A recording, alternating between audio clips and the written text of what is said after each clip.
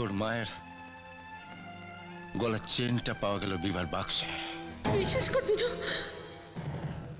আমি চুরি করিনি, আমি চুরি করিনি। চুরি করিনি? তবে কি উড়ে এসে তোর সুটকেসে ঢুকে গেল?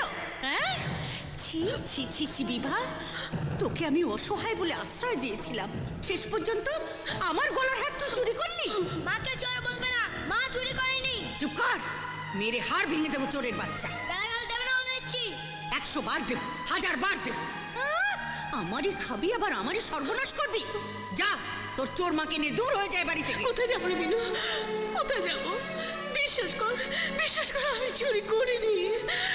দয়া করে আমাকে তাড়িয়ে দিস না, তাড়িয়ে দিস না, তাড়িয়ে দিস না। যা, আর ন্যাকামো করতে হবে না, দূর হয়ে যায় বাড়ি থেকে।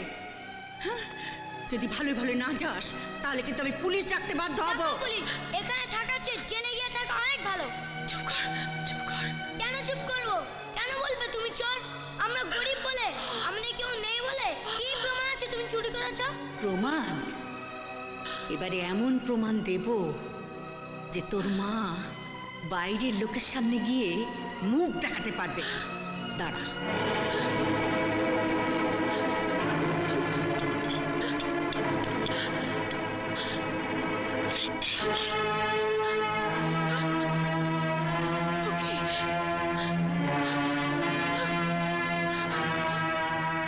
চুরি করা মহাপাপ, তাই তোকে আমি উচিত শিক্ষা দেব।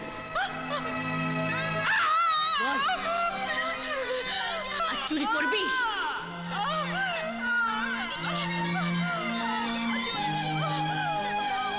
বল।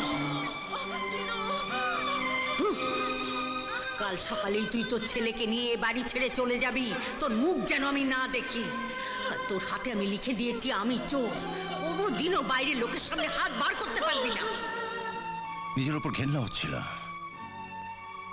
ভেবেছিলাম যেদিকে দু চোখ যায় সেদিকে চলে যাওয়া, কিন্তু পারিনি। তখন তুই আর রুমা বড্ড ছোট, নিজের ইচ্ছে, রুচি, বিবেক সবকিছু বিসর্জন দিয়ে এখানে রয়ে গেলাম। 20 বছর আমাদের জন্য এত কষ্ট করেছো বাবা। হ্যাঁ, এত বছর আমি নিজের ইচ্ছের বিরুদ্ধে কাজ করেছি, কিন্তু তোর ইচ্ছের বিরুদ্ধে তোর মাকে আমি কাজ করতে দেবো না, তোকে আমি সাহায্য করব। তুই তুই এখান থেকে চলে যা। কোথায়? নারায়ণপুরে, আমার বন্ধু বীরেনের কাছে।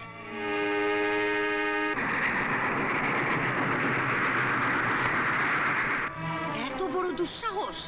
আমাকে না জানিয়ে রূপা বাড়ি ছেড়ে চলে গেল। সবকিছু তোমার প্রশ্রয় পেয়ে হয়েছে। রূপা যথেষ্ট বড় হয়েছে, আমাকে দোষ দেবার আগে একবারও কি ভেবে দেখেছো ও কেন তোমায় কিছু না বলে চলে গেল? তুমি চুপ করবে। মিস্টার মজুমদার বনিকে নিয়ে একটু পরেই আমাদের বাড়িতে আসছেন। আমি আমি কি করে ওদের সামনে গিয়ে দাঁড়াবো সেটা তুমি ভেবে দেখেছো? ভাবনা চিন্তা করা তো অনেকদিন আগেই ছেড়ে দিয়েছে, সেটা তো তুমি জানো। তবে নতুন একটা জিনিস আমার খুব ভাবাচ্ছে, তোমার মেয়ের কলজের জোর আছে, আমার মতো বউয়ের আঁচল ধরা স্বামী নয় সে।